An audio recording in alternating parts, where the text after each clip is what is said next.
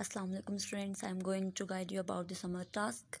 In week number 1 you have to solve review exercise 4, question 5, 6, 7 and 8. This is review exercise 4, this is question number 4, 5, 6, 7 and 8, and in all these questions you have to use method of rationalization because you have an irrational third in this question, so you have to use method of rationalization in all these questions up to here.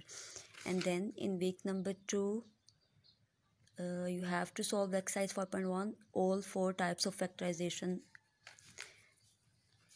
This is your exercise 5.1. You have 4 types of factorization in this question, in this exercise, sorry. So you have to solve this exercise by all 4 types of factorization, and you have to write 2 uses of factorization in daily life, as I have told you in the class that if you have 100 rupees, how you factorize that 100 rupees when you go to canteen. So give 2 examples related to that. And in week number 3 you have to solve exercise 1.6, any 5 questions by both matrix inversion, inverse method and Cramer's rule. This is your exercise 1.6. You have 8 parts in question number 1, then question 2 to 6. You can solve any 5 questions of your own choice, but you have to solve each question by both methods, Cramer's and inversion method. Then in week number 4 you have to first explain what are rows and columns, and then you have to give at least 5 examples of rows and then 5 examples of columns, and examples should be in your own numbers. What are the uses of matrices? Consult your book chapter number 1, where we use matrices.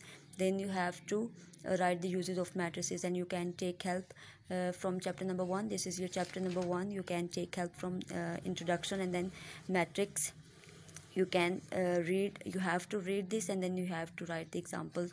You have to write the uses of matrices. And this in week number 5 I solved exercise 9.3, question 2 to 6.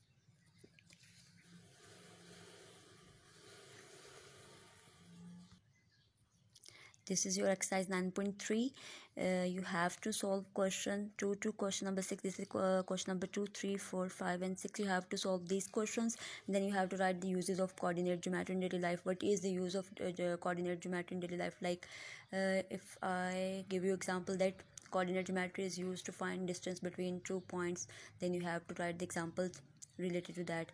And then in week number 6 you have to explain types of factorization, that as you have studied in exercise 5.1 there are 4 types of factorization, also method to solve factorization.